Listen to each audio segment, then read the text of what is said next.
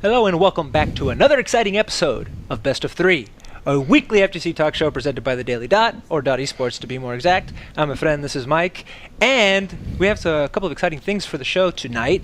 Of course, we have our guest, Rick the Hadou, who is coming off probably one of the most impressively run tournaments in the existence of FGC.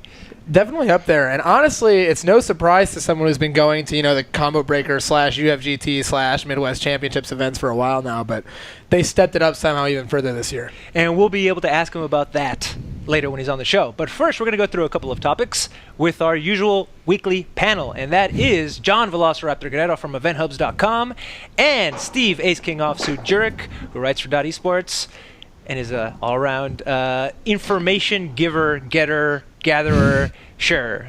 So thank you for that, Steve. Let's go with that, sure. And speaking of which, we're going to kick off this week with a brand new segment. I mean, we've been doing this loosely, but we're going to formalize it this time. And that is a Capcom Pro Tour recap that Steve has been so kind as to produce for us. Steve, check out that badass new graphic, first of all. Pro Tour recap, look at that. All right, Steve, we're going to let you kick it off, man. How did the week go? Well, I'm just seeing the graphic now, and I'm getting a little emotional. I'm a little bit clamped. Whole lot happened this weekend. Kick things off with Combo Breaker, the big event of the week. I was there, and I just want to echo the thoughts. I know Rick runs great events. I didn't think it was going to be even as good as it was, because he was challenged with something incredible, handling all these people, and it was pretty much flawless from an attendee perspective. So hats off to him. Anyway, big main event at that tournament was the Street Fighter V tournament, obviously. 640 entrants, all trying to stop Justin Wong. Could they succeed? No. No, they couldn't. No. Justin won his 5th Pro Tour event of the season, 4th in a row on North American soil. The man is just unstoppable. He's like John Cena. Flash, kind of a surprise in second, had really amazing Vega play all weekend. F-Champ, once again, 3rd place. 4th time he's gotten that this season. Knuckledoo followed him up in 4th, and then the rest of the top 8, Ricky Ortiz and Wolf Crone in 5th, and Filipino Man and LPN in 7th. And of course, Danke. You got to get those notables in there, right? 17th. Got to get that in there. Just one win short of getting another Pro Tour point. So hey, I have 2, so let's give credit. Yeah, how many do you have, Steve? How many do you have, buddy? You know what I have? I have this. I am the raffle champion of the FG. Hold it higher. We can't see it. Hold it higher. See this? Yo, does that say Combo Breaker? What? I'm jealous. It does say Combo Breaker. Dang, that's actually kind of hot. All right, we're in the middle of a recap here, Steve. Where are we going next? I have clips, but I also have the actual official standings here. When do you want to see those? Let's hit that up after we get through all 3 of these events. Okay. Because next up we got FFM Rumble. That went down in Frankfurt, Germany over the weekend. That was a chance for Europe to bounce back. They kind of had a rough week at Stunfest. They got locked out of top 8. So you had guys like Phenom, Luffy, Valmaster, Will Tupac, Mr. Crimson, all hoping to get a top 8 finish and bounce right back up in the points. None of them did. It was a surprise. CCL ended up first. Halibel behind him in second. 990 in third, and Fitizen in 4th. Those 4 guys combined for 1 Pro Tour point coming into the weekend. So a huge monkey wrench into the works there in the European standings. Okay. And then we had Japanawa to close out the weekend. That was one of the 2 Mexican events of the year. Had many of top Mexican players, as well as some of the guys from California making a shorter trip instead of going all the way to Chicago. And if you're a fan of Ken, this was the tournament for you. What if you're not a fan of Ken? Then go back into the corner and cry like you've been doing for the last couple months. Chris T and Julio all Trinity Grand Finals. Chris T emerged the victor there. Julio in second. Kusanagi was the highest placing Mexican player in third. Ilya behind him in fourth. Also notable, PR Balrog tied for fifth. Brent, the other member of the Trinity, tied for ninth. And Giewa tied for 13th. I heard like 8 of top 16 was Ken players or something like that. It was I don't think it was quite that bad. It's just because you had Brent and Chris and Julio, and they were all pretty much winning. Well, except for Brent, but Christy and Julio were winning all their matches. Hey, he finished ninth. He couldn't have won all his matches. I mean, it's cool that Kusanagi did that well. He's actually definitely regarded in the anime community. He's been like a net play monster for Mexico for You're so long. just trying to get me to bring up the fact that when you go to Mexico, you get treated like a king down there. You've always told me that they treat you really nice down there. I've loved the Mexican Marvel community for sure. I haven't gotten to play with the rest of the community. There. Yeah. They are amazing. Very if you cool get guys. the chance to go to Mexico, they are the best. Absolutely. Now, Steve, I'm actually getting a report from the chat from a certain Justin Wong that something happened in the mystery game tournament. We're not going to talk about what happened in the mystery game tournament. I'm really intrigued now. We have to talk about it. We are not going to talk about what happened in the mystery game tournament. He wants to know if you're still mad at him. You know what? There are certain people among us that may have made top 16 in mystery game.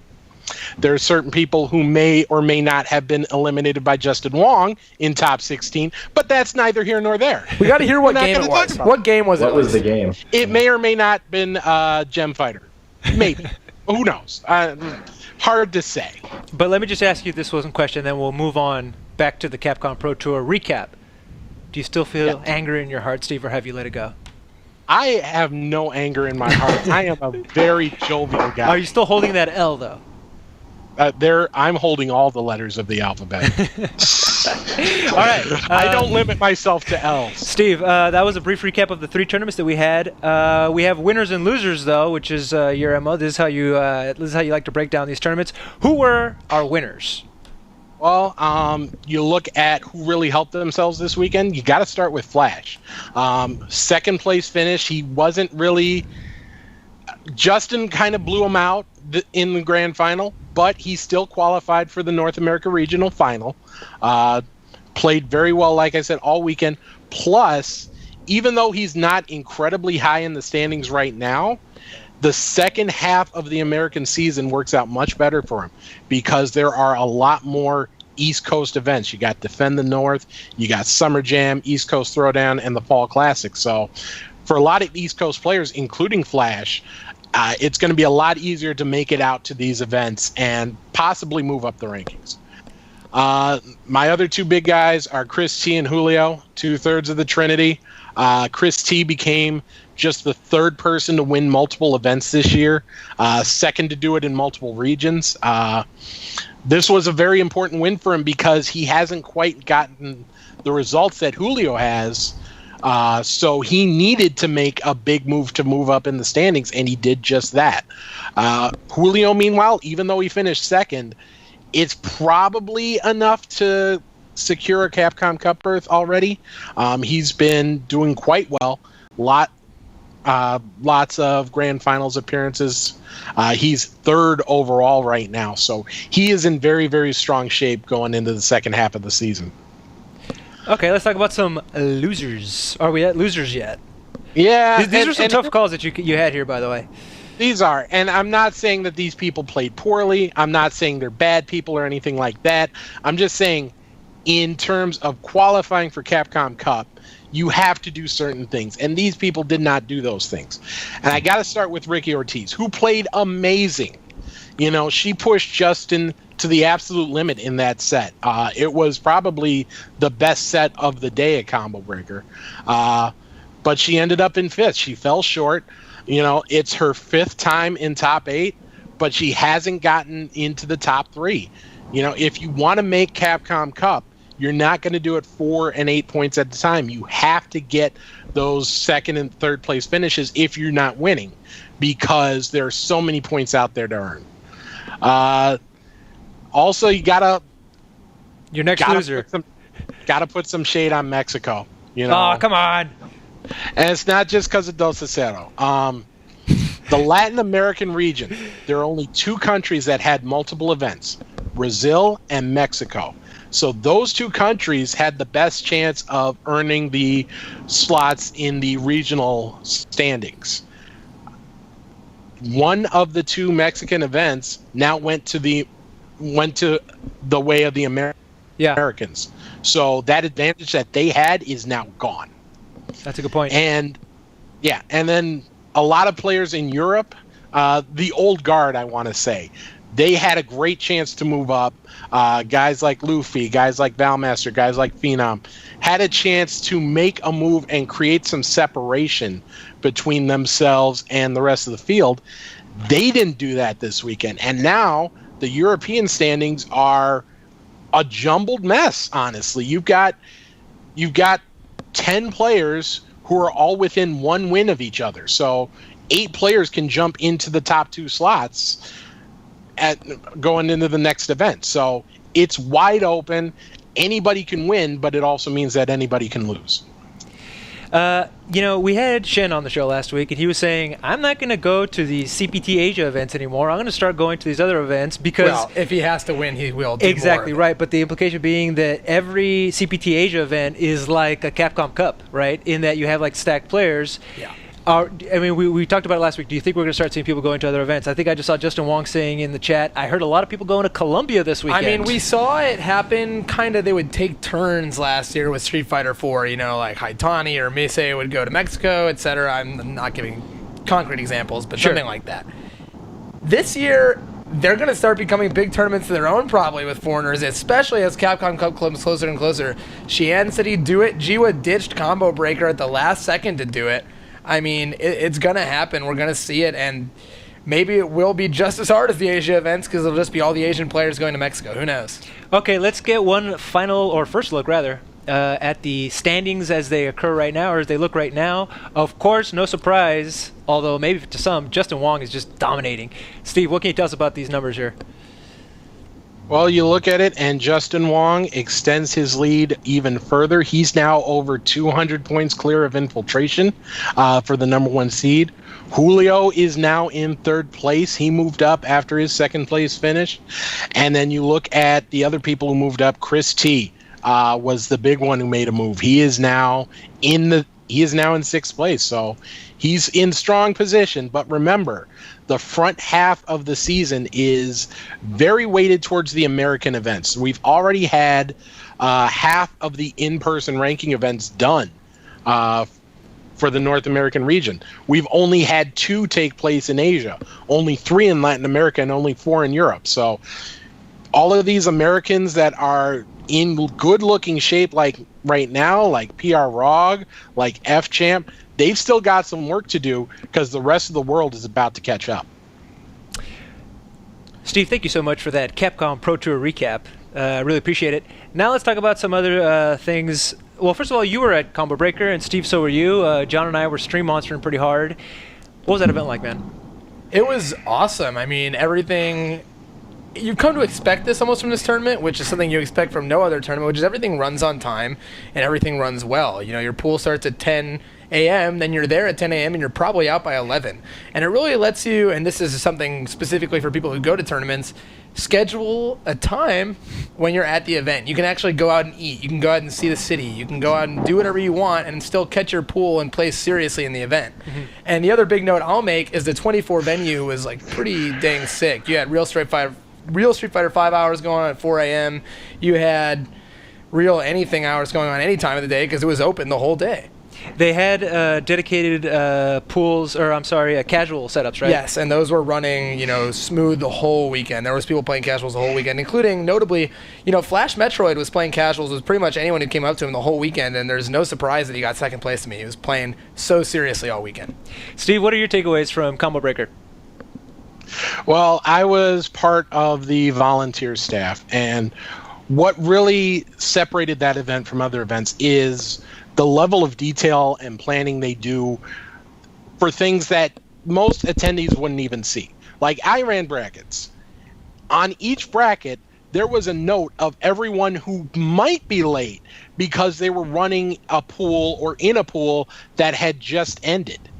So some things like that, where the attendees don't even see it, make my job so much easier. The fact that they trained everybody beforehand with a PowerPoint presentation for exactly how these things are run. The fact that they had overflow periods so that if a pool didn't end on time, it wouldn't hold up other matches. You know, there's just so much that was planned out, they had backups for backups for backups. And to see everything come off so smoothly as it has was just amazing to watch. And the play was also exciting, as you alluded to. I thought Flash Metroid played really interesting. If you're new to the game and you can only pick up on surface things, like sometimes I'll put myself in that category, his match versus NuckleDo. Playing extremely defensively, walking back versus his Armika, but then that match versus when Do switched to Guile, he just went in. And that to me was exciting to see somebody literally like opposite styles from match to match. Well, Flash is a very experienced player, and he's one of the hardest grinders in the scene in the sense that he plays online a lot, and he gets specific matchup experience a lot. And you could see that in the way he played. He was very specific to the matchups. He played lane when he needed to, he played offensively when he needed to, and in general, it showed a knowledge of the game that a lot of other players aren't at, even players who have done better than him in the past. So it's really paying off in droves now, and that's what got him to second place. Any other takeaways as far as where the level of play is right now in the Capcom Pro Tour? To me, this was one of the first American tournaments I've watched where I really thought that people were giving a run for the money that you didn't expect to yet. As you said, Flash got second. F-Champ played wonderful and got third. It was a tournament where I finally feel like, you know what, if there were some foreigners here, we might have done a lot better than we have. Interesting. Well, we'll have to wait and see until they're all there, right? Now, and I think go ahead. One other thing that I saw was it was a really exciting top 8. You know, whether or not that's because there were no Kens or no Nakalis, it was perhaps top to bottom one of the most entertaining top 8s we've seen.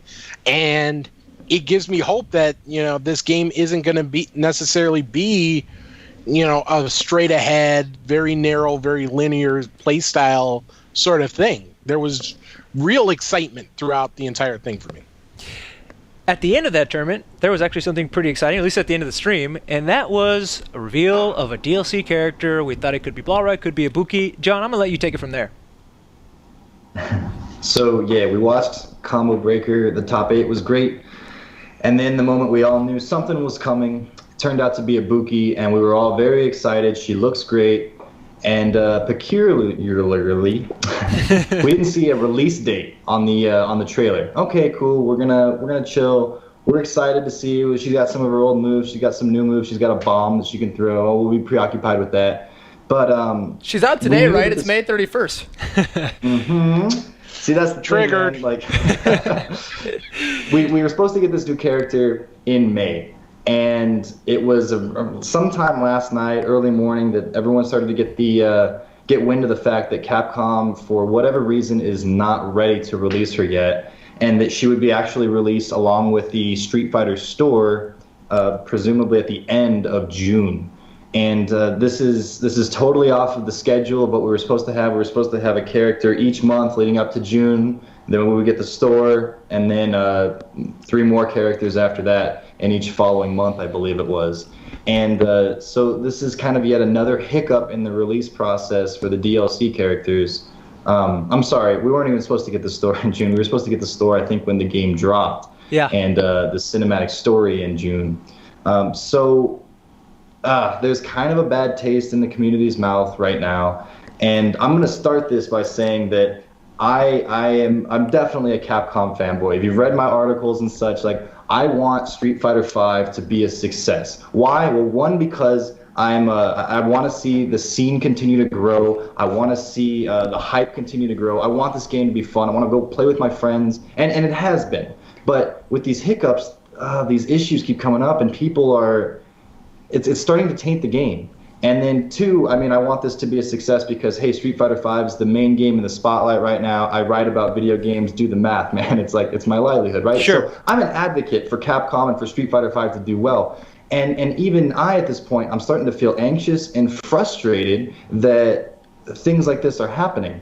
Not so much that it's that we're not getting the character right away. Hey, like I understand Capcom, you guys are human beings working with, other human beings. Things happen. Okay, that's all right, man. That's all right. It happens. But the fact that they told us last minute, and it's like the 31st here, and we're expecting Ibuki in May. The last minute that we find out, oh, she's not going to be here until another month from now. It's like, really? Like, I was did surprised. You guys find this out? I was definitely surprised when it was like, she's coming out, and this is the tweet here that they put out. We wanted to clear up the confusion around the release of Ibuki in Street Fighter V. She will be released alongside story mode at the end of June.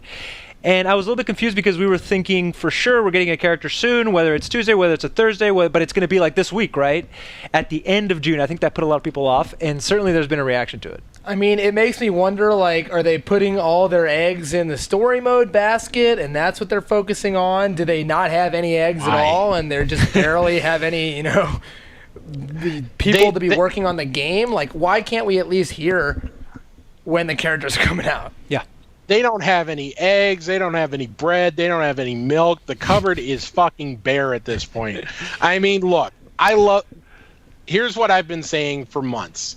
Street Fighter V, the fighting game, great.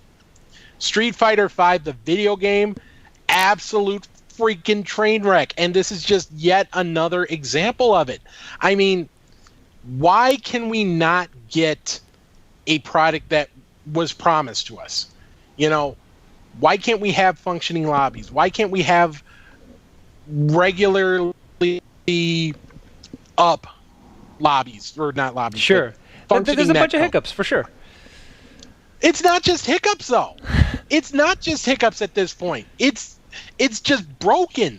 The whole thing is broken. It's like the anti-Mortal Kombat. Mortal Kombat, they may have screwed up the competitive balance of the game itself, but they got everything else right, almost. Apologies for the netcode.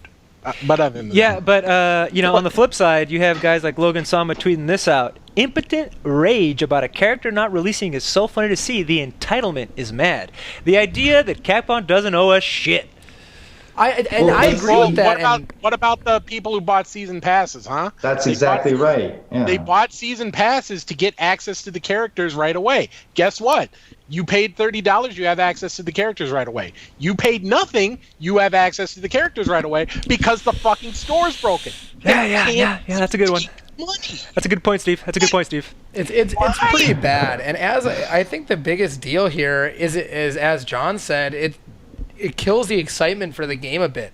The idea of having something to look forward to on a specific date is huge. And if they announce a week before the date, we can't do this, but here's this date, people will still be excited. They might be a little frustrated it's coming out later, but they'll still be excited about it in general. Right now, I mean, Guile comes out with some info like a day or two before. I'm like, I guess I'll play him. Ibuki, we get some info. I'm like, I guess I'll try her out when she comes out, but there's no excitement. Whenever games have tried that out, whenever, Smash had their Tuesday releases of new information, people would, clog up the servers waiting to hear about it. But now it's just like a passing glance that you get when Capcom feels like it. And it's been a trailer sometimes. It's been a release date without a trailer other times. It hasn't been consistent at all, despite the fact that when I got my release of the game, with the Capcom PDF, it said exactly when these characters are going to come out. So I don't know why that just can't be addressed. Because they had a timeline. Go ahead. They have jumped on today and said on Twitter, like, look, guys, we're sorry. They basically acknowledged they dropped the ball, and they said, in the future, we're looking to communicate this better to you guys. Whenever there's a problem going on, we're going to talk to you about it, is essentially what they said on Twitter. So, I mean, what that will actually translate to, we'll see. But at least they gave us that. At least there was some acknowledgement. And frankly, I believe that. That's good. I want to, but I can't. I really want to. I want to believe that this game is held together by something more than duct tape and string and a couple guys praying to whatever gods they can think of.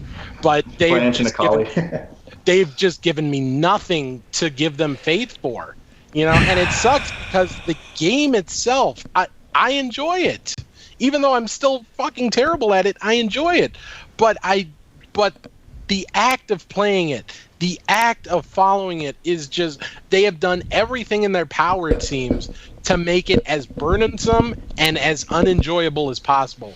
And it's just, it's evident that they did this too early. I don't know exactly what's going on up at Capcom HQ, but yes, the game was rushed out, it seems, and they just absolutely weren't ready. Okay, but we do have to keep in mind that they are trying to release these characters without the need to ever patch them, at least not for an entire year. So, yes, it's shitty, but I would rather see an Ibuki that doesn't have some broken thing about her because they took the time to do her right than I would have an Ibuki come out that's really messed up and they have to really change something about her. So they really have to put these characters perfect, before they release them. So does that get them off the hook? No, but given the situation, they're rushed. It sucks. It's a bad situation, but I'm hoping just that Capcom does the best with what they have now. But shouldn't that be the expectation? You're asking people to pay for a character before it even comes out. There should be an expectation that it's good right away. And I understand how tough it is to balance fighting games. I understand how tough it is to add a character, into a game that already has characters. But Capcom is not our friend. Capcom is not our buddy who we know is trying and is struggling to struggling to get on his feet. It's a company. It's a business. It's a business that sold us a product. And that product right now is not good. Yeah, maybe the one part of the product that we care about the most is fine, but everything else is just a shit show. Excuse my language, but that's what it is at this point. And so what do we do though now? We complain every week on this show. It'll be great. Well, I know, and I don't want to promote this culture of just whining about Street Fighter V. What do we do though from here, Steve? I hear your frustration, and I share a lot of it too. I think there are a lot of problems going on right now. But how do we conduct ourselves moving forward? Do we stop playing the game? Do we boycott it? Do we just yell but then play it at the end of the day? I don't know. Here's what I think. If you like the game, play the game. I'm gonna still play the game because, like I said, the core gameplay is good. But yes, we have to make it clear that there is no free pass for it just because it's Street Fighter, and that may mean changing the culture of us as consumers. That means these things like season passes, we have to avoid them. It was a very tough decision for me to not buy it, but I didn't buy it because I was afraid of something like this happening. And I'm unfortunately right on that. But it has to be, we have to make it clear that they are not entitled to our wallets.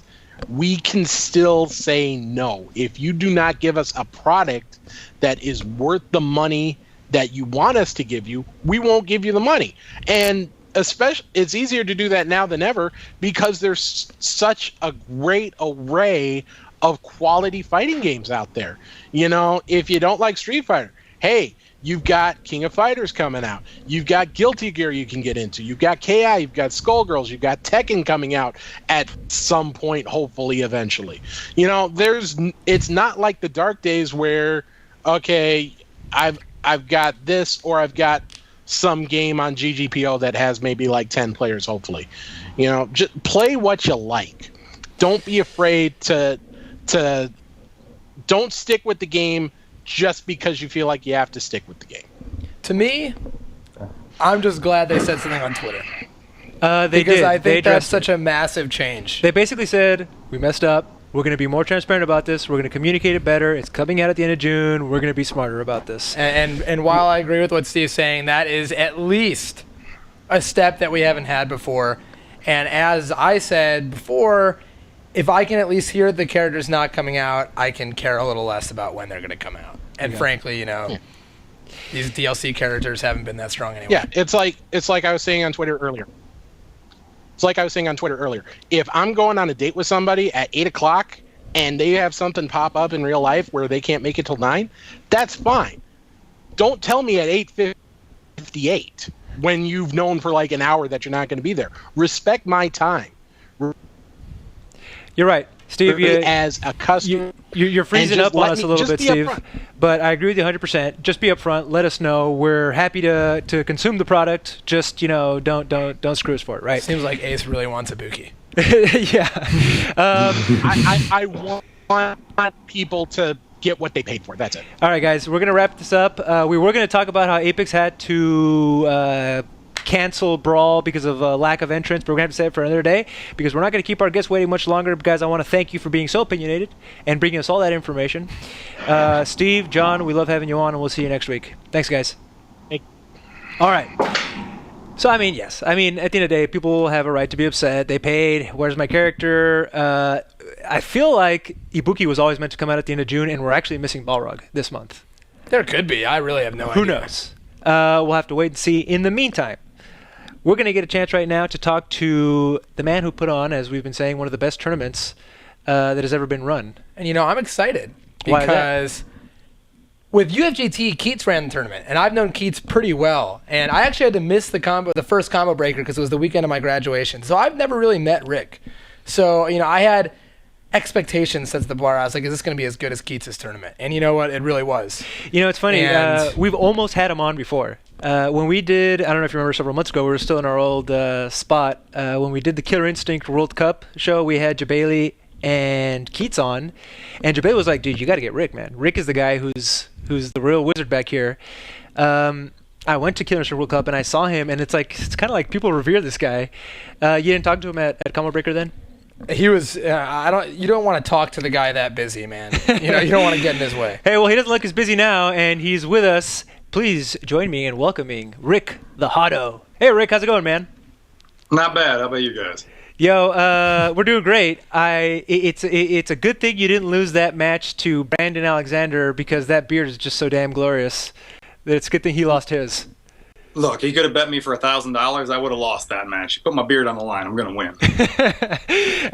Rick, thank you very much for joining us on Best of Three. I know you're probably, I hope you've been recovering these last couple days.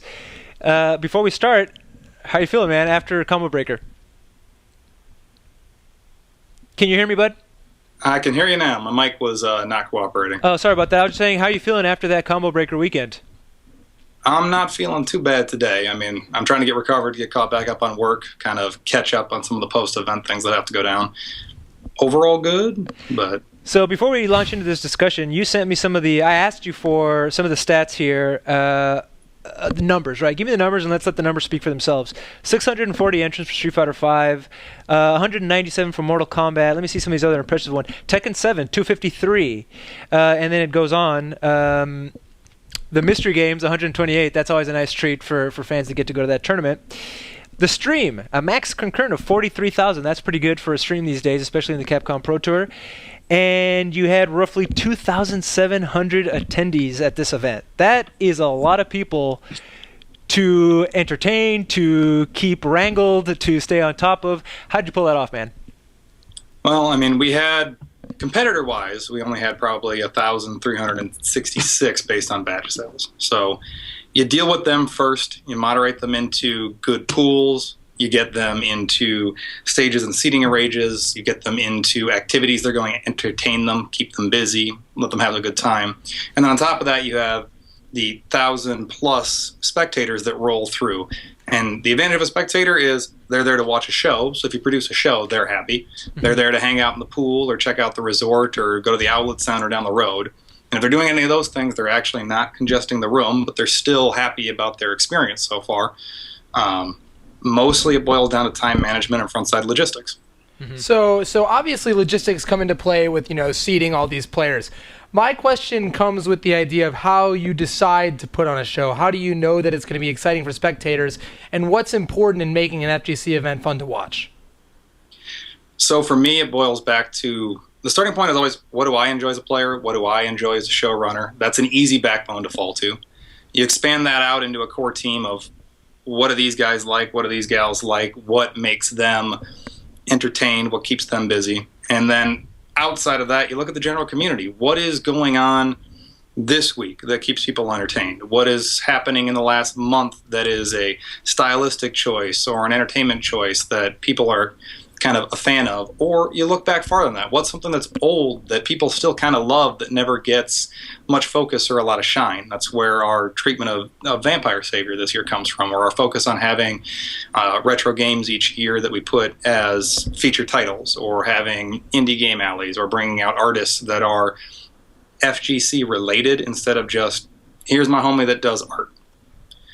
We try as much as possible to integrate all the things that we've started to like or come to like from our time in the community, as far back as that can reach for some of our members, or as new as people that are in 2 months ago. We've got a guy on the crew that I think has only actually been an active member of the community for 6 months, and his opinions on things are drastically different from mine, which are 6-7 years old, which are drastically different than my buddy Wes's, who's been around since Street Fighter 2. Rick, a lot of people are saying that this is one of the best events that they've ever been to. You have other TOs singing your praises, including Alex Valle and guys like that. That hasn't always been the story after a CPT event. In particular, some of the premier events that kicked us off, granted, those were, I'm talking about was that final round that had just crazy numbers. Yeah. What do you think putting in on an event like this that is so well received does to the scene, at least in the terms of the tournament organizers? Does everybody need to step up? I know you're going to be doing this again at CEO, but is that your express goal there, or is it just, this is my tournament and I'm going to run it well? I have 3 goals in the community. The first one is, any event that I'm involved with officially, can I make it better in some way? That might be as simple as stream graphic assets. That might be running brackets if it's an event I'm not officially involved with. It's just, what can I do to make this better for the people that are here? Because I'm one of those people. Mm-hmm. Second goal is run a good event myself. What can I do with my event that is a showcase opportunity for our community as a whole, or for what my crew can accomplish? What can we accomplish? Can we accomplish it at all? We had goals this year that I wasn't positive we'd meet, and we met most of them. We didn't actually meet a few of them. No event's perfect that way. And then the stretch goal is always, can we influence something that's a beneficial change? I know Ace King was on here talking about having brackets that told him players from other pools that might be late just because they were in a game prior to right now. I like little touches like that because I think they make a big difference long term. And as long as you have the front side staff that has the experience and the know how to accomplish that, they're not terribly difficult to integrate into an event. So if we can inspire that kind of carryover, I'm going to feel pretty good about what we've done. I had a question for you because, UFGT is the pedigree, right? Is that fair to say? That's where, that's the line that you guys come with of running these super pristine tournaments? I think UFGT started the bench line for how do you run a tournament on time? How do you add extra activities to that tournament without taking away from pools? How do you build those activities around pools so players can actually be involved? That's where auctions came from. They were one of the first events to do panels. They were one of the first events to have extra activities in the back that weren't just arcade games. I hold that as a benchmark still. Now, UFGT also wasn't perfect. We had branding or broadcast or website or social media activation or things of that nature that were imperfect because we were at the limit of what resources we had at the time and the experience level that we had at the time. It's been years since I got involved with UFGT. But that's what we grow off of. Mm-hmm. The spectacle that I'm a fan of now and that I try to kind of capitalize on grew out of my involvement with CEO. So I kind of take those two things as the genesis for what Combo Breaker is. It was, how does something run? That came from Keats. How does something look cool? How does something grow in a big deal kind of way? And that came from Alex. There's nobody that spends more time kind of on the internet talking about how great his event is and then trying to back it up. Quite like Jebailey. I'm glad you brought that up because, there was a moment during the stream where you handed him the mic so that he could say something about Avid, and I want to ask you about Avid next. But why does everybody love to shit on Jebailey when that guy puts on one of the best events? You were grilling him hard on there. So I tell a lot of people there's two sides of Jebailey. There's Jebailey, the character we built for CEO Gaming, this big, egotistical, Vince McMahon-esque entity. And everybody loves to rag on that because that guy's going to tell you every day that he's great. And Alex has had the audacity and the benefit so far to tell you he's great and then be great. And as a human being, the second somebody tells you they're great and accomplishes being great, you kind of want to see him fall. That sucks, but it is human nature. But on the backside of that is Alex the person. Alex is probably the guy that I know the most who stresses out over the experiences of the people at his event. I've been to CEO. I've seen things gone wrong. I've seen people have problems. I've seen people be upset. And I've watched Alex run from one side of a resort to another side. And Alex is a big dude. To watch Alex run, he's going to be like a puddle of sweat when he gets to point B. Just so that he could talk to that person, figure out what happened, how do I fix it, how do I make it better. And I think when you combine those two sides of something into a promoter, you get something that's good for this community, because you get something that, yes, you can trash talk to high heaven because he's built himself up as something deserving of it. But you also get a guy that still, the trash talk still stings, and so he's determined to make a great event. I like that about Alex. I think that's a good part of his character. Speaking of Alex, he was there promoting Avid, and I want to ask you about that. The reason why I asked you about the UFGT pedigree was to establish that you guys, this is not your first rodeo. You guys have been putting on premier events for a while, not premier in the Capcom Pro Tour sense, although that's something people are calling for, but premier in the sense that they're top shelf. What did Avid do that helped take that to the next level? Because a lot of people have been curious about it. It sounds like there's some kind of money match thing going on there with Avid as a product, but what did Avid help you guys do at the tournament? So when I was talking about UFGT, I brought up the fact that when we wanted to try to do things that were spectacle-orientated, we immediately and regularly hit into massive resources problems. You run out of the ability to go to the next level because the next level requires either more infrastructure, more people, or just flat-out more money. Avid has kind of come into the FGC with a splash and now taken a pivot to how do we take what the FGC is and make it not only something that's probably good for their product long term, but something better for us as an attendee. If you take the commitment to frontside logistics and pool scheduling and all that kind of stuff, and you combine it with my desire to do large format spectacle main stage presentations, and then you bring a company in that's going to help me actually financially make that a possibility, it's not limitless. We still stretch pennies to high heaven, but they came in and provided enough resources that I could go get custom medals, which I've wanted to do since 2009. I could take the trophies that I had last year that I liked, but had weight problems with them. I mean, Knuckle Dew's broke. I still feel bad about it. I'm actually really excited he won another one this year because now he still has one. They let us do large format banners. They let me work with Mike so we could take his dreams for what he does for lighting when he's out on the road doing concerts with Coheed and Cambria and bring a flavor of that back into our show. They made that possible. And it's not that things like that would be completely impossible if I managed to find 20 companies to come in and help support us. But as a product, we've never had a great proof of concept of this is what we can look like. This is what happens if we actually have real support. Avid solved that for me this year. And I'm thankful for that because I think they'll keep doing that. They seem committed to it. And even if they're not, they've created the best proof of concept for what I think a fighting game community event can be, honestly, to date. So I like having that no matter what. Rick, I got a question for you, or just a phrase, and then I'll let you take from there. Lupe Fiasco. So, oh man, I'm going to fanboy out at that one. So I have Lupe's records. I'm from the Midwest. Yeah. Lupe's Midwest. That alone is a big deal. Lupe getting into the scene, doing all the stuff with Daigo, talking all the trash on Twitter, getting integrated with the kind of ground level FGC. Like, he responds to guys like Tupperware. We're not talking about a guy that only chases the Markmans and the Daigos of the world on his Twitter feed. But having him show up is amazing. That part's cool. Having him show up, walk around the venue, and play casuals with people I don't even know the name of is amazing. Having him huddle up in the front row with Korn of all people and just talk trash for 3 hours like he's having the time of his life, you can't fake that. We've had so many people since Lupe showed up going something like, this is just a popularity grab, or he doesn't really care, or he's just doing jab trials. So why does that matter? Guys who just do jab trials and are trying to make fun of you don't hang out with our entire community in the third row, not even front row, third row of a show for 8 hours. It doesn't happen. You can't get me to sit there for 8 hours. I get up and take a bathroom break. It was awesome. It was great to see, and it didn't look like he was faking it or anything. It looked like he was legitimately having a great time. No, and I'm also proud of the community for not swamping the guy. I was really saw worried. a ton of selfies on Twitter, man. There was selfies, but it felt like people approached him in a way where he was another guy that they were a fan of, as opposed to what I thought might happen, and Rick could probably go further into that. Oh, I thought this. When he walked in the door and Mark had him kind of huddled. It was, let's go to the corner, say hi to some people, and maybe let him look around and then dip out. Like, I'm not going to lie, that was the idea. I expected him to just get destroyed.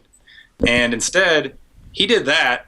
We kind of walked him back to the front so that he could leave, and he dipped back in on his own.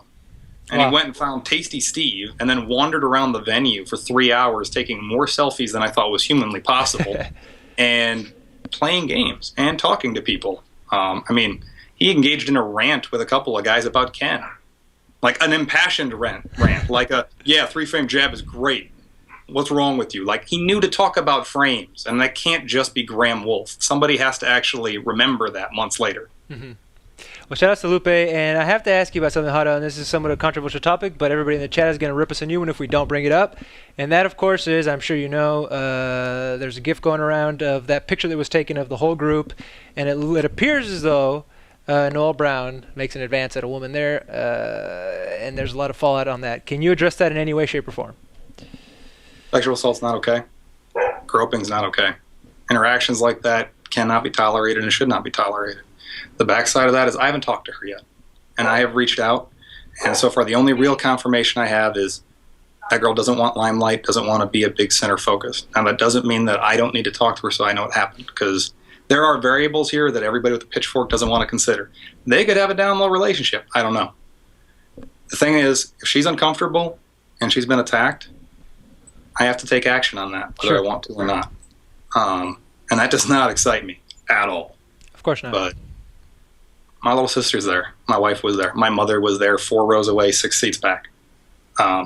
Not going to pretend my mother's probably a target here, but that's what it is. We can't have people come to an event that aren't comfortable going to an event. And I've had messages all day long from all sides of this, whether it's people who are now saying they're uncomfortable, people who want to light a fire up. The only thing that I am trying to get hold of mentality-wise is mob mentality doesn't fix this. This problem is a societal problem, and it comes up day one. And this is not the only problem that was there.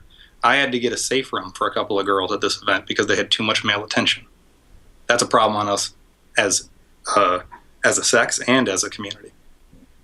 We have to take action on that. And that doesn't mean that action is happening this second. I need more info. I need to talk to my team. But that doesn't mean that I'm unaware that it's occurred. So obviously, I mean, you're doing your due diligence and making sure that it is that, and we'd love to hear from Noel Brown. Reach out to him and have him say something, but it's not cool just to bring it up and not have him have his side of this conversation said. That Absolutely. being said, if and when, what actions are you prepared to take if, it's the worst? Look, if it's the worst case scenario, the event rules mean he can't come back next year. Now, the one thing that I'll say, because chats are going to go off on this, is not coming back next year is not coming back forever. I don't believe in permanent punishment because that means nobody can be rehabilitated. And if you don't offer somebody something to aspire to get better about, that just gives me or them or anyone else an excuse to get bitter and become an asshole. And I don't think that should be a target goal. But yeah, if this is an actual problem, then no, he can't walk in the door next year. If it's not a problem and it's a social uproar, then yeah, he can walk in the door, but I got to pay more attention to him and everyone else that did something this weekend and the people that might have. This is not a Noel isolated problem. I know we're making it that way today. It's not. And it's not even a this person at this event problem. I can't remember the last event I went to where there was more men than women where we didn't have this issue. Rick, I appreciate you addressing it. It's a topic that we had to bring up. Let's close out on a topic that I know you want to talk more about, and that's Alex Jebailey. Tell me about CEO and what you guys are pulling off. So CEO right now has more attendees than we've ever had registered. There's 1,800 plus people that are in a bracket already, and I don't mean in. My dog starts barking. I'm sorry. And I don't mean in a bracket 10 times over. I mean these are 800 plus unique people that are in a bracket on top of an event that I know for a fact gets over 2,000 spectators or more every year. This is going to be a giant show. Now, on the plus side, we've got the equipment to moderate that. I think CEO has a great team and a great group of local and regional judges that can carry out that workload, particularly if the volunteer base is there. I think the stage spectacle will be fantastic because last year's was already we could do the exact same thing, and it's already picture perfect to me. It's going to be a fun weekend. It's going to be a big weekend, and I have a lot of faith in it being exactly what it needs to be. Rick, anything else you want to mention before we let you go? my voice is shot, man. Congratulations on the event. I think there's a lot of positive feedback from it. A lot of, aside from what we just talked about, I think it's definitely overwhelmingly positive, the response to it. All of those replays, I think, are on Team Spooky, and you can probably catch all those archives somewhere else, right? Yeah, there'll be archives on Team Spooky, on VG Callisto, on Event Horizon, on VG Bootcamp, and they actually have already uploaded the archive of the Tekken tournament. So you can get to the top 8 from Tekken at twitch.tv to Tekken right now, which is probably the one you should watch because Anakin won that after relinquishing a championship from another tournament. That's impressive. Winning alone is impressive. Winning after basically stating, yeah, I'm going to win, it's free. That's kind of a special dog. Hey, let's see the dog before we let you go, man. Can we see your dog before we let you go? Quinn, come here. Come on. No, I'm literally... No, I can't. He's running away. Uh-oh. Oh, man. Can't Camera shy. Camera shy. He is. Rick, once again, thank you so much for taking the time. I imagine, coming off of that weekend, you're probably beat. But, again, we appreciate you taking the time. Happy to. If you want me to stop back, I will. All right, Rick. We'll definitely take you up on that. Thanks again, man. See you later, guys. The show's not over. It's not. It's not over yet because it's been too many weeks since my compadre here has had a set. We don't have anybody lined up online. We got something better. IRL. If you would take your seat and we'll introduce our studio guest. None other than Eric Rylander 2. Eric, how you doing, bud? Doing good. Hey, doing good, bud. Eric, I have a question for you. What's up? Can you explain this image? Oh no. What's going on right here, Eric? Come on, dude. That's Dawson's crouch medium punch. Oh, it was the Dawson crouch medium punch is what you were doing. I got really hype about that because after I think back throw, every cami does dive kick against me, so I always do wake up crouch medium punch. It's really weird, but this is what I killed him with. I woke up mashing crouch medium punch and it hit him. So I started doing this, and that looks like I don't know, I'm a Nazi or something. Come on, dude. And I had that nasty mustache. See, I saved it for today. Eric, I couldn't resist the opportunity to bust your balls. no, Thank you very much for coming on the show. You have been having an impressive run. Is this the best you've ever done at a tournament of this caliber? I got 7th at Texas Showdown. Okay. For this game, it's the 2nd best I've done. Eric, for anybody who doesn't know you, of course, Eric 2, you go by Rylander. You've been taking names with Dalsum. Yep. Is it fair to say that you and Danke are training partners? Kinda. He's been playing a lot of Overwatch lately, so I don't really know. When it's not Hearthstone, it's I haven't Overwatch. played him in a while. Well, Eric, I appreciate you coming on. You're a great player in your own right. Yeah, thanks for having And me. now let's see what you can do against. Well, Danke, set up the matchup and why. So one interesting thing here is that, So this character's broken. Flash Metroid versus F-Champ happened twice this weekend, and F-Champ won both matches. And Eric and I, playing Vega and Dawson, we played this match 1,000 times, and are definitely of the opinion that Vega wins this matchup. I hate it so Notably. Not, like unwinnably, but definitely notably in his favor for a variety of reasons. Most notably his slide, beating limbs, and just generally his offense being really hard for Dawson to deal with because he has a command grab. Yeah. And a plus on block low, and just a backwards walk speed that doesn't allow him to do his mix-up. Yeah. So you're not command F-Champ grab. and you're not Flash, but you guys are going to do your close approximation, and we're going to see if it plays out the way you guys are. Now, Yeah, he plays way different than Flash. He plays way crazier. I have a lot So, of like- Johns already. I don't have my extra buttons, which I use to do V-trigger. Yeah. Efren's stick has silent buttons. You know, I Yeah. got another stick right there if you want to use that. Do you? Yeah, I brought mine. Yo, Pull it out. you know what? Now I'm Pull it offended. out. Okay, you use this one and I'll use mine. Now I'm It's the same offended, Danke, because, that's my personal stick. With the silent buttons. You need the cheater buttons. The cheater buttons. That's because you map your, 3-punch? Yes, I map the button that would be considered 3-punch on an 8-button stick to V-trigger. Here, let me give you guys a hand. I'll plug you in. You guys keep talking. And the reason I do that is simply because Vega's Rose. If I played a character that just had a regular V-trigger activation in combos, I probably wouldn't have bothered.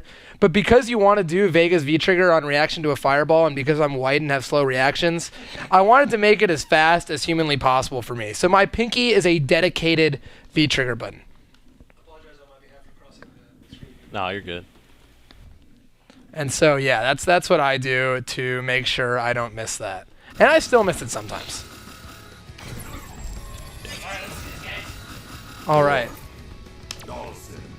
So, unfortunately, McCree is not in this game, so I'm probably going to get my ass beat. I don't know, man. I hate this matchup. I'm so bad at it, too. I think I have to set my 1 button. No, you should be fine. I don't think I set it. Oh, okay. Okay. Eric, who did you use in 4? I mean, what would you consider yourself, a Marvel player? We both came from Marvel. From Marvel. I'm an anime player. Those are my favorite games. It's the ones I played the most. Yeah, set your button. In 4, I played kind of everyone. I kind of screwed around a lot. I didn't play it that much, especially towards the end. Do you want to just play? Yeah. Okay. I ended with Seth because I think he's broken. So are you going for? Are you one of these top tier guys? Kinda. I don't think Dawson's top tier, but I play him. Why did that not work?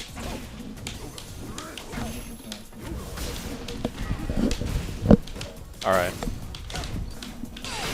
So here we have. That's so cheap. We got Eric as Dawson, and Danke as Vega. Danke says Vega wins this match. We're about to see. Guys, give me a 1 if you think. Well, you never know how many sets these guys are going to play because Danke's so damn thirsty for matches. But give me a 1 if you think Danke's going to take it. Give me a 2 if you think Mr. Eric is going to take it. And I'll be reading stuff from chat. I keep forgetting. Just tag at Pepito Hawk Jr. and I'll read whatever you got to say within reason. So as you saw there, I mean, like, Vega's standing and Dawson's limbs basically have a couple of phases where at first they come out at half the length of the hurt box before the move actually activates. And then later on, once the move comes, you know, they're kind of surrounded by a hurt box and it retracts just the same way. A lot of medium moves will trade with Dawson's limbs as a result of this because they're not far enough to reach the hurt box beforehand and they'll just trade with the later active box. But heavy moves will just outright beat it, especially one that goes as far and as fast as Vega's slide. So if he ever does a move like that, yeah, he's just going to have to hold that. What do you think of this match, Eric? Garbage? I think versus Vega that plays more like, I don't know, because Mike just slides and mashes and jumps all the time, so it's like, I don't have time to think. Like there I missed an anti-air, now I'm dead. Against most other Vegas probably wouldn't have jumped there, so it would have been fine. But that's on me. Usually it takes me a while to adjust whenever I play him.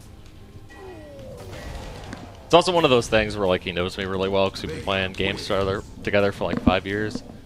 So yeah, this is pretty much like for anime games. There weren't many people to play with. The same matchup. So basically, Eric and I are used to just playing the same matchup no matter what it is in every game, just over and over again. And we always play similar archetype characters to what we normally play, so it's happened a lot. But yeah, I really do think Vega destroys Dawson. Zero Tinja wants to say, says, ask Rylander if he's 100% positive his buttons are right. Oh, god damn it. Oh yeah, tell that No, backstory. I went home and practiced. I've been setting my buttons all day at home. Well, tell the backstory of the buttons. Yeah, so against LPN, I spent like a minute checking my buttons, right? And then I guess I'm really stupid or something because they were not right at all. My Fierce and Roundhouse were flipped. And he plays Alex, which is a character that will rush you down and stun you instantly. So I did one thing the whole first round, but that was jump back Roundhouse, which is supposed to be jump back Fierce teleport, or punch teleport. So I was like, why didn't that come out? And then I didn't have time to think about it until the next round where I did it again, and then I realized immediately I have to stop. So to get into top 8, I played one game. The first one was pretty much a forfeit. Eric, you had a pretty good run, man, and we'll talk about some of the guys you beat, including K-Brad. But we have a question here. Mursky wants to know, what are Vega and Dawson's worst matchups? And I'll let you answer that respectively. Okay, so I think this is Dawson's worst matchup, but Vega? I'm also bad at it. Besides that, Ken, I guess. Ken's really bad, but I haven't had that much time to play that one. I play Cyanide, but I know him really well. And he plays really conservatively, but Julio beats me every time by like an inch. I do well versus Brent. I do pretty okay versus Chris T whenever we play. Like the biggest Kens I can think of. But Julio kind of owns my soul. He like plays the perfect balance of crazy and whatever to where once I get in a groove and I'm like, I understand this matchup, he uppercuts me. And then I'm just... Yo, is this 1-1? Yeah, it's 1-1 right now. Danke, who's Vega's worst matchup? So that's a question that I never feel like I've really known the answer to. I think I personally have a weakness against rushdown characters. I think I'm much better in slower matchups where I get to be the aggressor. I don't love the Ken matchup. After this weekend, I might have to say Laura. I lost to Seth a little, and I talked to Flash Metroid, and I was like, what do I do? And he's like, you lose. And the feeling is basically that... Oh, you ate here this time. Good job. Laura has every move going into +3 with her EX Fireball. So anytime you block a stand fierce, anytime you block a low forward, because Vega has no DP, no invincible move, no V reversal that hits them back, he has to just hold that frame advantage every time and just eat a mix-up every time. He doesn't even lose neutral, but just gets hidden it. Guys, I got a new question for you. I'm so slow. I know I can't let you have a straight set without asking you questions in the middle of it. Good. Question, are Danke and Rylander afraid of Ibuki based on what they've seen so far versus their mains? I think she's tight. I watched a lot of Naruto, so like I think I know what I'm up for. She's based on your knowledge of Naruto, you think she's going to be a good character? She's so cool. I'm so excited. Scared of her? Yeah. I was going to go home and play her today, but I guess not. Yeah, you're going to have to wait about a month on that one, buddy. Yeah. Oh, god damn it. I'm going to pull up the old bracket so we can see some of these people you beat, Eric, and we can talk through it. Oh my god. So close. So one really annoying thing in this matchup is that the reason why I'm not dive kicking that much in neutral is because if he slides, he actually gets to punish me on hit if I dive kicked at him. It's just like his hurt box moves far enough to where I don't know, it just works that way. Yes. Yeah. Never mind. Too close. Or too far. Oh. Sick. That happens sometimes. It's just too far. I don't know if there's something I haven't figured out as to why it doesn't work, but I don't know. Maybe one of the other Dalsims would know. Okay, so you beat Bakken. You beat Dixon, who I believe has lived in Texas at one point. Yeah. You lost to Knuckledew.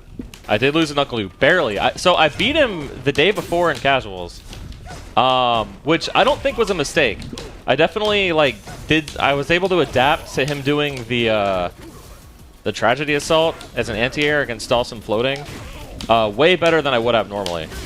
But he picked Mika at first, which I was happy about because I play against Fubar all the time, and I usually beat him. Oh crap! And then god damn. And then I don't know. He just played really well. I dropped a lot of shit though. I think if I didn't drop as much stuff, I would have won. But I mean, that's always how it goes.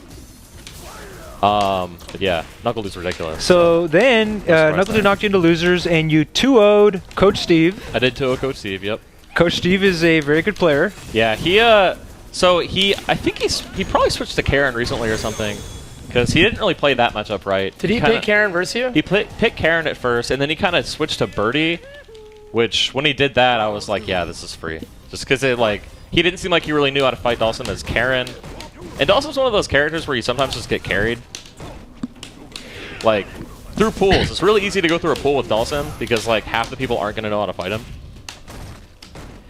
And that was one of the matches where unfortunately I felt like if he knew the matchup better, I would have just won. Or it would have been a lot closer. Well, you still beat him, and then you faced off against EGK Brad, who just prior to the match with you had knocked our boy Danke out of the tournament. Oh yeah. Did you feel in your heart the desire to avenge your brother? No. He didn't practice. It's his fault. You beat him 2-1, complete with a Heil salute. Can you tell me about? Yeah. So that was a matchup where a few months ago, or not, I guess probably a month ago, I realized I have no idea how to fight Cammy with any character. And one of my good friends from Ohio, he's like some random dude. I don't really know if anyone knows who he is, but he's a Cammy player. I think his handle's Emil or something like that. Anyway, we labbed it a bunch. We kind of play every game together. And he played Cammy. He beat my ass for a bunch of sets online until I started beating him. And I have all these tricks against Cammy players that every time I fight them, I feel like I can throw them out and they won't know what's going on. Like the Karch medium punch. No one expects that. Because no Show character me has again the that crouch safe. medium punch. What does that look like? Huh? What does that crouch medium punch look like? Oh, this. I'm not gonna do it. No. Dang. I'm not gonna get banned on Twitch. Rylander, we have a question for you What's up? from Raiden Dirty. Or Raiden Dirty, probably. For Rylander, as a sim player, what's the difference between Art and F-Champ Sim, and which one are you closer to playstyle-wise? So, F-Champ is like... Godlike? Yeah, he's ridiculous. So, Arturo plays like he plays exactly like how you would think. He's a dude that plays online all the time, and then like has played the same way forever. I think he has trouble adapting to newer games. Like he played a lot of anime, and he was really good at the very end of Ultra, but I don't know. F-Champ just seems like on another level right now for Dawson players. I think Arturo's really good. But, like, I watched him play LPN. LPN's who we lost to, right? Yes. We're going to talk about LPN next, so keep that fresh. So he kind of did the same thing I did, save for the button check, where I think he kind of panicked and went into, like, a panic mode. He also is more mashy on Wake Up, but that's fine. If people don't stop you, it's fine. I'm going to stop you for a second, because is that a 3 I see on your side of the screen? Yeah. Okay. Mike, do you have anything to say about that? Whatever, yeah, ask him more questions so I can win again. No, that's bad. Oh, another person I beat was Diaphone in my pool. Tell me about him, Aaron. Tell the audience, too, in case they don't know who he is. Yeah, Diaphone is a really good jury player from SF4, and he's a good Rashid. But that was another matchup where I had a bunch of stuff to break out, and I think I kind of freaked him out a little bit. Like, he would do the full screen eagle spike, or eagle kick, whatever it's called, and I would do heavy kick slide every time. And I think he had no idea how to deal with that. And he kind of fell apart a little bit. But that so you're really of cool. the school of, even if it's unsafe, if it's working, keep doing it? Oh, no, that was on reaction. Oh, okay. Like, that's just one of those things. Okay, let's talk about LPN. He's who finally knocked you out of the tournament. Yeah, he's sick. His Alex is crazy. Yeah, so I really wish I had more than a game to adapt. Gosh dang it. What do you mean by that? I really, it's if I had checked my buttons, I would have been much happier losing the way I did. Because if I had been 2-0'd, like honestly, like considering how the second match goes, it was hugely in his favor. I think that's a hard matchup for Dawson, and I haven't played it enough. And he really knew what he was doing. He beat Art pretty hard. But I wish I had more time to adjust, but I'm an idiot who doesn't know how to check his buttons. But that dude's cool. Everyone I met at that tournament was cool, and that was like the best tournament I've ever been to. So, Mike, you're being awfully quiet over there. yeah, he is. Well, you know, I'm listening to what he's saying. Yeah, he's a really good listener. Do you guys have conversations deep into the night about Street Fighter V meta? Not anymore. We talked about Overwatch. Y'all broke up? Is that what's happening? Yeah, we broke up. Oh yeah. Instant overhead. Can't block that. All right, here's where I turn no. it. Here's where I turn it on after this round. Okay. All right. Are we Prove playing what this anything? matchup is. Okay, first to 5? If it's first to 5, it's almost over. You got one more round. Oh my god. You gotta bring it back, Yeah. bud. Nah, we're gonna pull the third strike. It's a 2 out of 3 after this one. People are requesting that you guys use your secondaries. I'd love to see some Alex, and who else you got, Rylander? I don't know who my secondary is anymore. I'm matching. Yeah, okay. I knew you would. All right, give me one more with this because I need to prove something. all right. Just kill me with that. Fine. Okay, More of okay. this? Okay. This one's what matters. Yeah. Because I've been listening so intently to what Eric's been saying. I think Dawson I haven't wins been able to this matchup. focus. I think Dawson wins Really? this matchup. But now- Because, you know, Rylander's been answering questions. I'm fucking scared nonstop. of him after that down meet. What was that? I'm half Jewish, man. I've been scared, and I don't just as want to. Jewish as you are. Oh well. I don't know about I that. am. I don't know about that. Not anymore. Damn, man. So now you know what? I'm not scared anymore. I got over it. The Americans did win. God. See that? Yeah, that dive was so bad.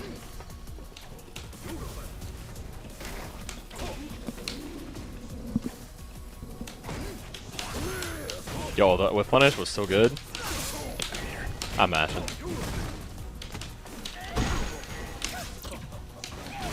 Why did I do that? I'm mashing I knew again. that mash was coming, but I did the wrong thing to beat it.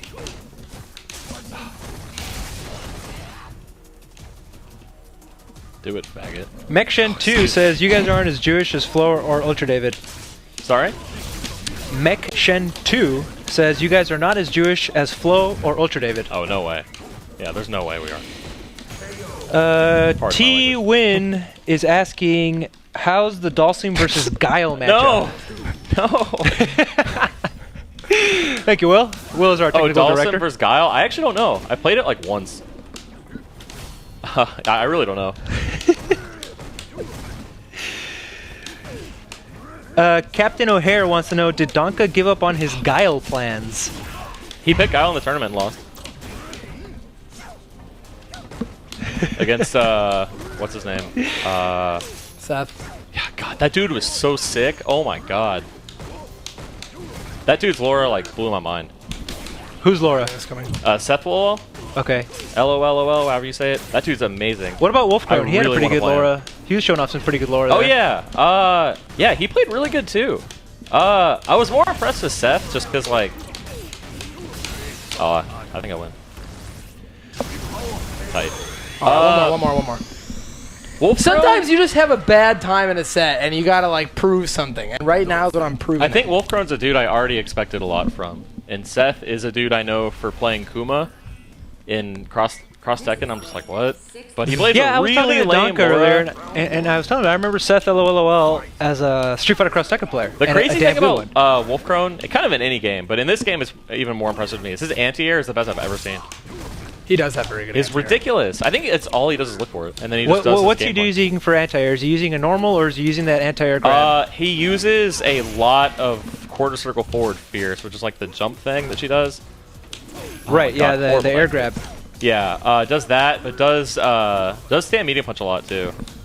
I don't know how much air to air he does. We have but I Ace don't King know. Offsuit in the chat saying, ask Danke how he can lose a first to 3 6-0. Who said this is the first of 3? This is the first one It's ever called I the want. best of 3.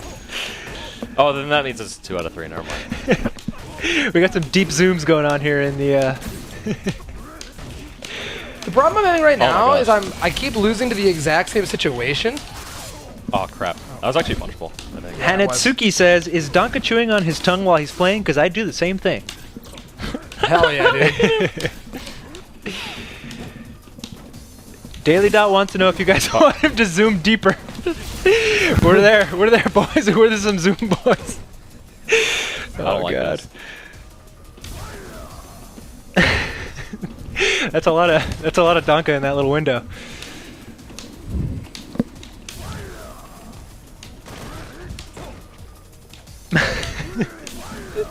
Enhance. Boats wants to know That which was Jonas sick. brother is that on the top left. What? Which What- Jonas brother? Yeah, what Jonas brother is that? I don't know. I don't know Danke which Jonas? brothers.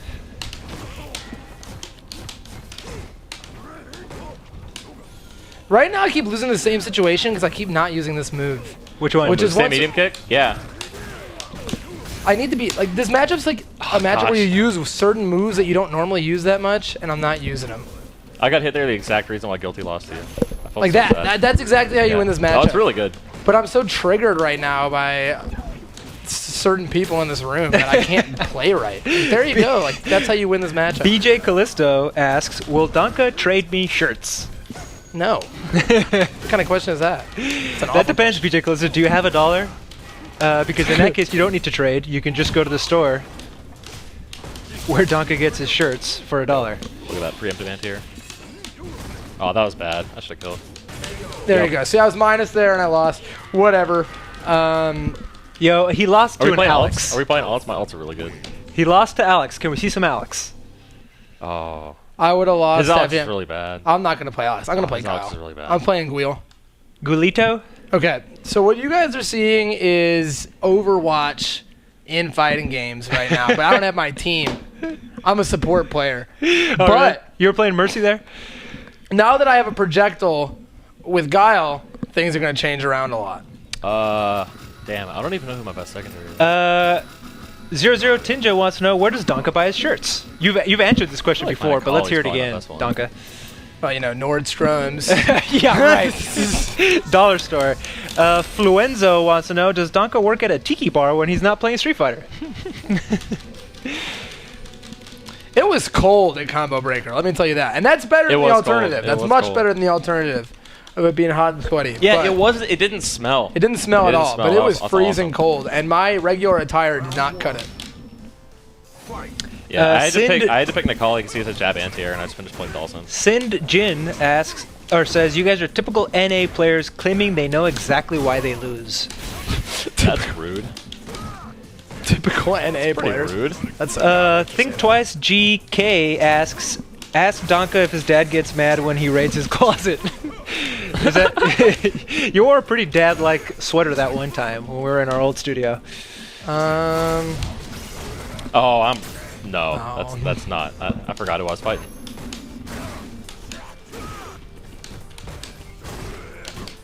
I have to. Oh my god! How do you get hit by the second right now with the collie? This is not good. You trying to focus attack out of that? I focus so hard on playing Dawson, dude.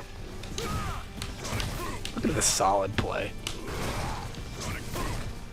Ace King Offsu concurs. Combo Breaker was the least stank event he's ever attended. Let's keep that up, guys. I shimmied. Why didn't that work? Red. You cheated. You got to read, man. Oh, okay. We have a question from the chat. Dub Mobile wants to know, do you guys think Laura is currently underrated? Yeah. I don't think she's great. Like, I lost her because Seth's better than me and that matchup's hard, but I think she's underrated I think for she's sure. pretty good. Oh, well, okay. So, I think a lot of characters She has a lot of trouble with some but like matchups. when I think of characters in this game, I think like half of them are mid-tier. I think you can be like the 10th best character in this game out of like, how many, 18, and still be really good. Maybe not like amazing, but you can still be good. And I think Laura's probably around there. Like, I think Dalsim is like probably like 7th best, and I think he's really good. I think it's just a very balanced. Damn, putting him in the bus. Have you seen what goes on in that bus? Yeah. Yeah, there's some interesting stuff going on in that window. The bang bus. The bang bus. Doc, I have a question for you. Guile's normals look identical to those in Ultra or in 4. Why does he not play like he does in 4? Like, what's hurting him in this game? Because his normals are way worse. They're just way worse in terms of frame data. Okay. So like everything that was good about him is way different now. Like every move is worse in a Street Fighter V way, where that's kind of the way all characters are, but his is more extreme to me. On the plus side, he has really good damage in niche situations, and his V skill is really good. But is it worth it? Does he still have his air grab? He does. Air grabs in this game, and I'll explain this right now, are really bad. And that's because of a change they made to the game, where basically air grabs used to grab the other character's hurt box. So if they had a move stuck out, it would grab that. Okay. Now they grab the throw box. So you have to be closer? Oh, well, I can't win on explaining stuff. That's pretty good. Oh yeah, he was talking. I was talking. Yeah. I could have charged and flash kicked during that V trigger activation and just killed you. Obviously he could have. Anyway, now it grabs their throw box in the air, which means it grabs right inside them. So even if they have a move out, you have to grab right into their body. Okay. Whereas in Street Fighter 4, you could grab an extended limb. So you have no range on your air throw, basically, is the big issue here. Only reason to use an air throw is if you're going to use a jump light punch and you need more damage, or you are going to be minus when you land. Or if like your character gets... I think Chun-Li gets Oki after hers. Yeah, Chun-Li's is really good. Giles is good. Giles is okay. He has Vega's is not very good. You typically get better... Vega sucks. You typically get better... And he has a fast jump arc, too, so you don't have to worry about... Yeah, you're never minus after like airing with Vega. That was the worst jump in the world. Mine are so bad right now. It's winning. So Zid Bean says, you have to be right inside deeper, as in we must get zooms? Yes, I think it's time for another salt zoom. There it is. Oh, oh my god, my meaty. I'm not liking this. Oh my gosh, I'm the worst player. Edgar Butts asks, or just, mentions, imagine how many Ibuki gimmicks people are going to discover, save for Evo. Now, if I'm not mistaken, She's not legal at Evo. Who says? Because Evo is 2 weeks into July, gosh, and dude. Ibuki comes in at the end of June. By my math, she's in. I think Evo said 4 weeks for them. Like, I think they made their own thing. Okay, all right. But I'm not sure if they're allowed to do that. I'm sure they are. I don't know. I don't know. It's a premier event. Oh, really? I thought they figured that worked. Who knows? No, it's not even a premier event. It's an Evo, a tier event. It's its own tier. Is it? Yep. They got more You got more points for winning Evo than anything else. Wow, that's cool. It's its own world. Danke Thoroughbred wants to know if you, with those shirts, are set to star in the new Ace Ventura. Ace Ventura free. Oh, that's a good one. Are they doing another one? I don't Yeah, know. you're going to be in it, bro. I hope they don't. I love that Ace movie. King Off Suit has come to the rescue.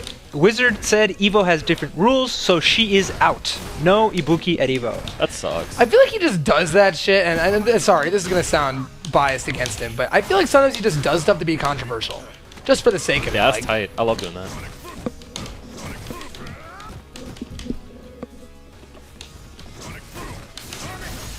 We're getting a whole lot of alrighty then, Danke. I think you should sign off every show with that from now on. That movie's so sick. Why am I dashing? I'm point blank and I have such good walk speed. What? I forget what it's like to have a character with walk speed sometimes. Danke, you gonna win any of these? Oh, that was good. Oh, that was so bad. All right. He won well. He's on the board? 2 Capcom Pro Tour event points and a win versus Rylander. That's really impressive. That's a career right there. Career That is made. a career. There's a concept, right, when you play against someone you play a lot, where you go back and forth in like Go to character select. in Okay. strange ways. You just said back and forth. Where like where it's back and forth. You know, it's like there's one, then there's another. Yeah. Can you even say that we play When are we a lot, gonna play though? Hearthstone, huh? Yeah. Let's play Hearthstone on stream. How I can about play. that? Yeah, you'd probably lose. I'm pretty good Eric. at Hearthstone, dude. I'm pretty good. Am I game's playing more random, Guile? though. Yeah, play Guile. I'm counterpicking. You're counterpicking. So Leon Fanrana says, "Hey Danke, I saw you a combo breaker, but I was too scared to say hi. Danke, will you say hi? Will you say hi to Leon Fanrana? That's ridiculous. Say Well, hi. hell yeah, I'll say hi. Howdy. What, I mean, was he scared because of my good looks? Was he scared because It wasn't because of your play. Yeah, no.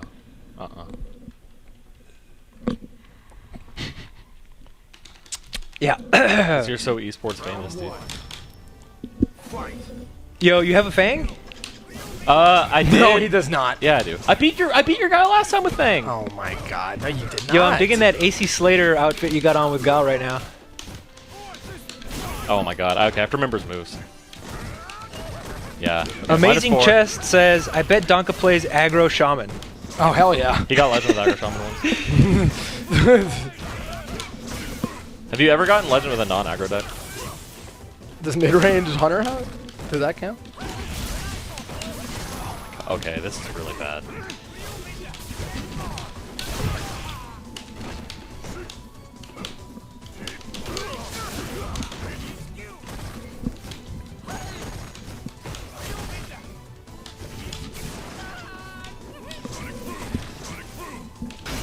Is this like a mercy pick? A charity? Oh, maybe not.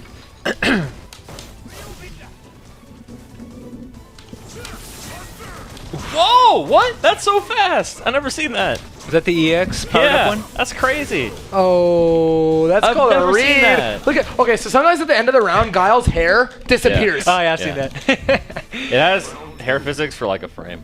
It's good. Hanetsuki says, I saw Danke U of GT9, but he was too irrelevant to know who he was. Bodied. How the times have changed. Yeah, they have not changed. Yo, that I was better guess fighting it's games then. I guess it's a crouch roundhouse for Fang. That little like overhead two-hit thing. Is that an overhead or not? The little two-hit kick. No, he's not overhead. Oh, that? No. No, one where the he's- crouch medium kick is not an overhead, That but one. it's +2, which makes it one of his best moves to use in Yeah, pressure. it's so good. Okay.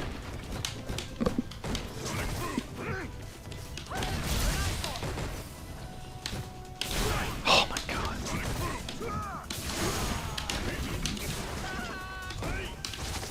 Oh, crud. No. Alright. 1, 2, 3, 4. Does he actually count him out? If you do the EX, he goes 1, 2, 3. Yo, but look at that hair though. That's how you should start your I hair. want to main Guile. Like, I really do deep down, but I'm still not sold on this character yet. You know, at the end of the year, they already announced that after Capcom Cup in December, that's when they'll do their balance changes, and I think that's Oh, exciting. really? That's yeah. good. So you know, you have to wait until then, unfortunately. But Are you serious? Oh but my I God. think it could be. You'll have so much time. Like people will know what needs to be switched around. Oh my gosh. This is not good. This is not good. What, Captain your O'Hare fan? says, "Sonic Boom, y'all." This is not good. Eric, you're such a gracious guest, letting one of the hosts of the show. Yeah, I'll let him beat up on my ult. Yeah. I don't know if we've ever played my Guile versus your Dawson. That's true. Level 100 Charizard says, at the end of the year, that's when we get Geef's Green Hand. I don't think they're adding moves. Although should. it's not They should give unprecedented, Green yeah. Hand, that'd be Why not?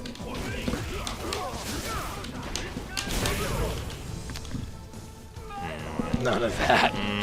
Flash kick. Somersault. None of that. I'm smelling a download.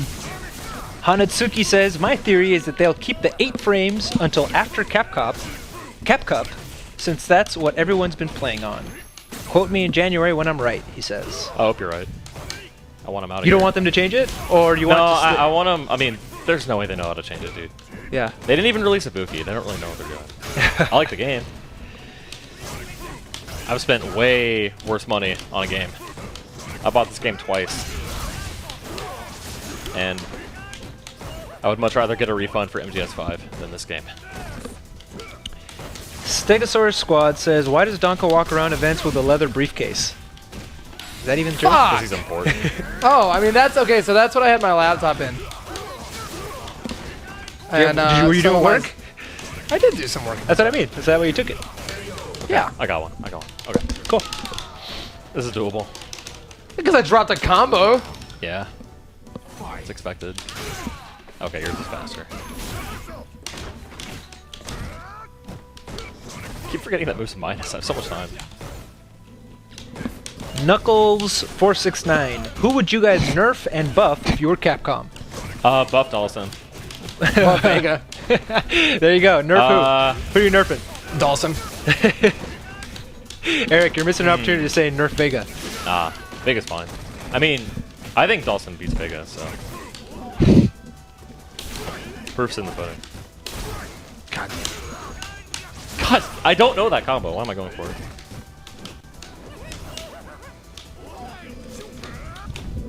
Left 4 Dead 2 Arsenal says, if you bought Overwatch, you got robbed harder than Street Fighter 5. That doesn't sound accurate.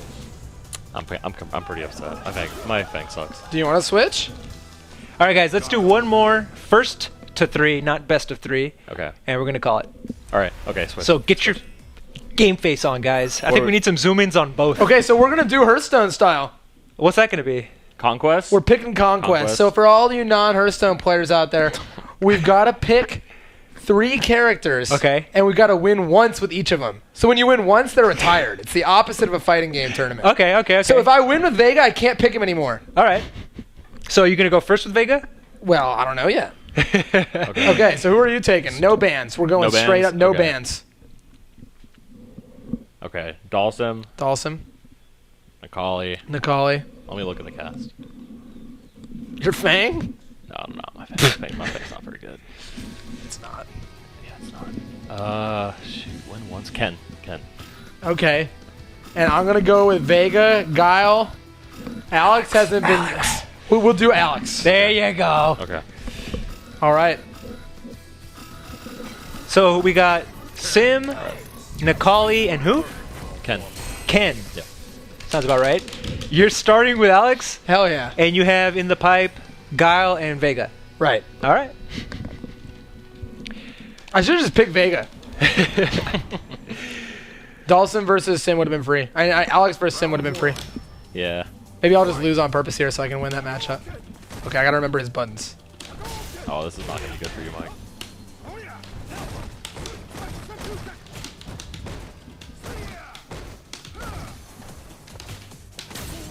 The chat band's here.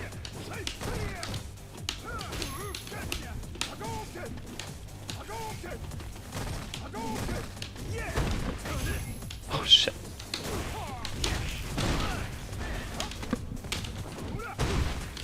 I'm a little upset.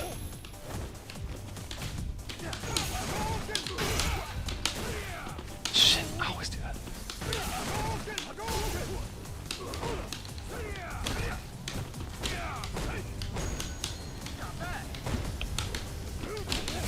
Oh no.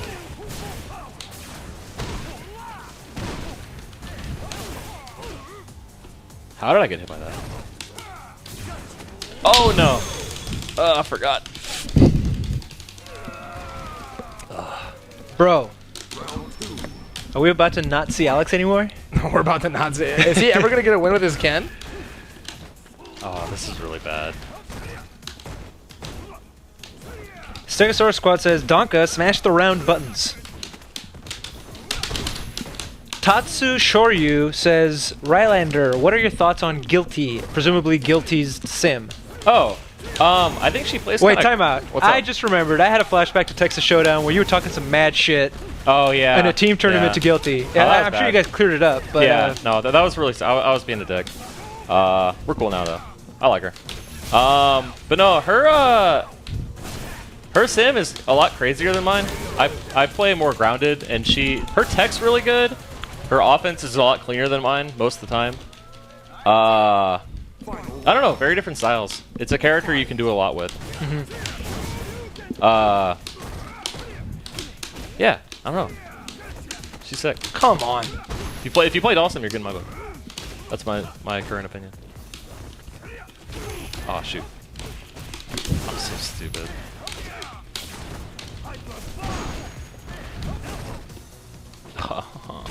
I don't like this.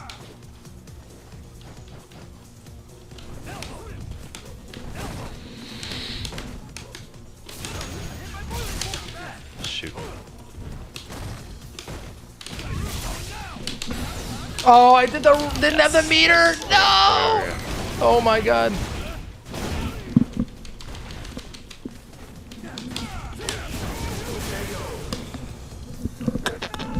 I think it's time to. That's pretty good. That was a see- kill, That was and I pretty did the good. wrong That's pretty good. thing. I'm so mad. I like that. Well, you'll get another opportunity here with your Alex. So Yeah. Yeah. No, he lost on purpose to beat my Dawson. I did. All right. All right, So so you can't play strategic. Ken anymore. Okay. Who are you picking? What? You got to pick first. You won. Oh, okay. So Guile, Vega. Alex. Okay. Ah, no.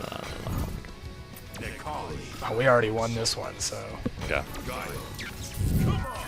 you got 1-1. this. Wait, but time out. I thought you had to stay with. I thought you had to stay with Alex. No. No. You don't play Hearthstone. I thought you said That's if not you a win, Hearthstone No, you in have to change it. Conquest of Hearthstone, you This can is a switch. real And you can e-sport. switch whenever you A want. real esport. But it's still 3 matches. It's still 3 matches. I still have to win with Alex at some point. All right.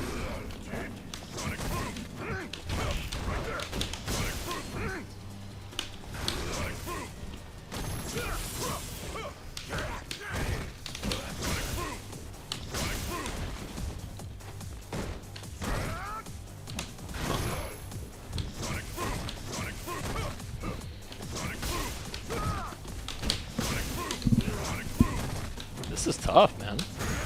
Nice. See that move, the anti-air. What is that? Like Crouch Fierce, Mike? Yeah. I feel like that used to be such a damn good button in 4, and I don't see it getting as much play. You have to do it a lot earlier now, so it's more read-based than it was. I think it's more consistent than he's. This whole game, It's actually a very good anti-air, to be honest. this whole game is more read-based, isn't it? Yes. But like, you look go. at that. That will stuff Well, anything. It's more read-based than the neutral, but the Oki is a lot more similar to the neutral. It's a much more consistent game. SF4 totally falls apart when someone gets a knockdown. And in this game, it kind of just keeps going. Man, this is tough. Sin Jin asks, does Danke often get told he looks like Mac from Sunny in Philadelphia? Yeah, all the time. Stegosaurus Squad says they have time to play another game, they need a job. These guys came in after their 8 to 5 Yeah. to play for your entertainment.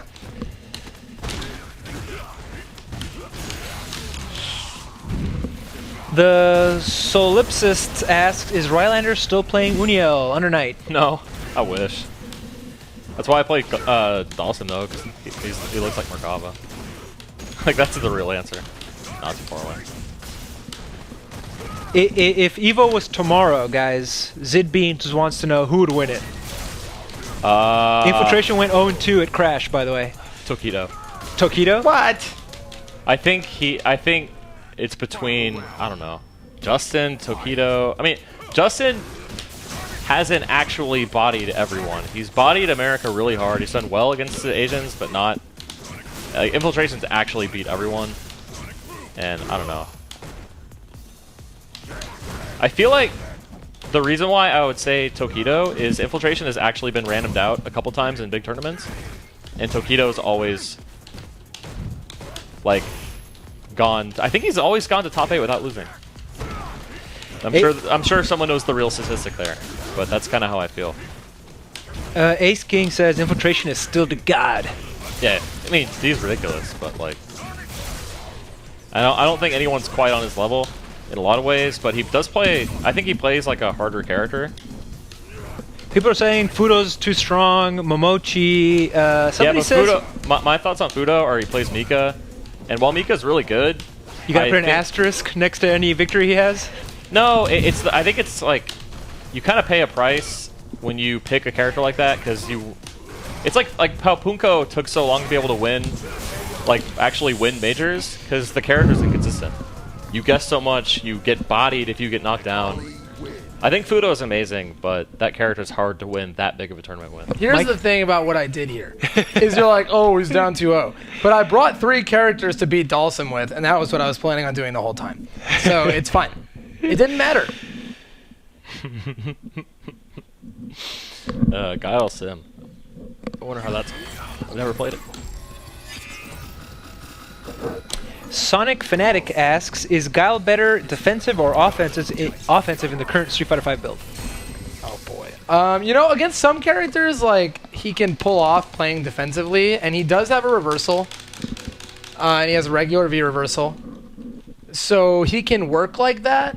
Offensively, he can't really do much in this game. And I know they made it look like he was this offensive character, but his only plus moves have little to no range. His combos are extremely bad without getting, you know, a huge heavy punch starter or the corner. Until you have V-trigger to actually turn your hits into damage, he really has to be played defensively, in my opinion. So to answer your question about who should get buffed in this game, Guile. Guile. Because I think he's really cool. So, like, characters like Alex, I could see if you buffed them, there's a chance someone could, like, I don't know, make that character really look top tier, and then if you buff them, it would be, like, not super necessary. I don't see any way Guile could end up being, like, even high tier. Fang, I think they should make his stand roundhouse +2, so because Fang sucks versus a lot of 3-frame jab characters. Against 4-frame jab characters, he's a nightmare because his pressure is so good. Like, I think Fang versus Cammy is the obvious one, but I think, like, his offense is too reliant based on whether they have a 3-frame jab or not, and I think that's a bad design. We have a question here for you, Mike. Mirsky wants to know, can we expect more tech videos from Danke anytime soon? Really enjoyed the Alex video. If I'm not mistaken, Eric, you helped them on that Alex video, didn't you? Yeah, I did. I was the dude doing all the stuff, and then, like, as in actually performing all the stuff, and then we lapped it together for like a full day. There you go, guys. So there was going to be one for Ibuki, but no. We got to wait on that one. Yeah, exactly. Are you guys going to work on one together? The powers combined? Oh, yeah. Ibuki tech? I'm really excited. Yeah. Positive stage jump on that? That wasn't good. All right, well... No, you back tech. Is that it? Are we done? Yeah. We're done. Mike. What That happened, was not Mike? good. It was a rough day. Yeah, he had a hard day at work. Had a hard day at work. It's a damn shame. Still a Time to little play scared of Hearthstone. Eric. Is it because of the salute? Man, We won't talk about exactly what it don't was, talk but about we that. were I a don't little like scared that. of him. I don't like that. Look, I just get hyped when I win. This okay? isn't my stick And it that I makes use people at home. really annoyed. I think people get really annoyed when I do that. Like with the people I'm playing against. Yeah. Because I'm like, who's this like annoying little white kid doing this? It's like I feel like I had a reputation for doing that in the Marvel scene in Texas. Both of you guys do. Yeah. Doing little shenanigans Yeah. that frustrate Well, your I opponents. think the Marvel thing was just like, it was like, who's this weird little white kid, like actually doing well? That was fun. Gentlemen, that brings us to the end of the show. Mike, All right. closing thoughts on your performance, on Ibuki, on... I'm not really sure where you go from here, Mike. Nowhere. Overwatch. That's an easy game. Let's play that. I like that game. New Hearthstone season starts tomorrow. He's crying. Those tear ducts are welling up. Ibuki's not out yet, and that's my main.